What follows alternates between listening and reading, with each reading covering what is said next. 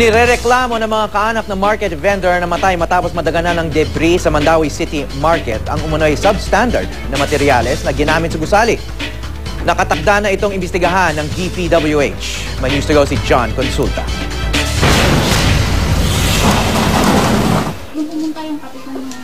Masama ang loob ng mga kaanak ng 42 taong gulang na si Hurinda Asul, ang market vendor na namatay matapos mabagsakan ng malalaking debris at salamin na nahulog mula sa Mandawi Public Market.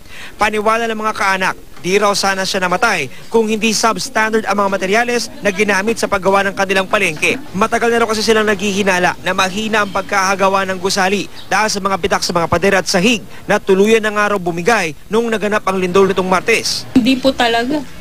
Ewan ko kung paano yan napasa ng engineering nila.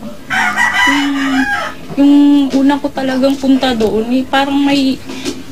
parang substandard na siya, pero pinapasa pa din nila. At sa paglilibing sa namatay na market vendor ngayong araw, sana raw ay mapanagot ang mga nagpatayo ng kanilang palengke sakaling mapatunayang may kapabayaan o may anomalya sa pagkakagawa ng gusali.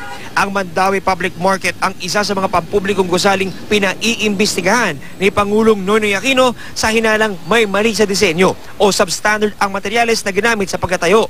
Ayon kay Cebu Governor Hilario Davido III, inaantabayanan na nila ang pagdating ng mga ekspertong mag-iimbestiga mula sa DPWH Manila para malaman kung may problema sa mga ipinatayong istruktura. All the buildings that the President was able to see, he gave instructions to Secretary Singson to have that looked into. Walang second caution. Talagang imbestigahin yon, and I'm sure the DPWH would act accordingly.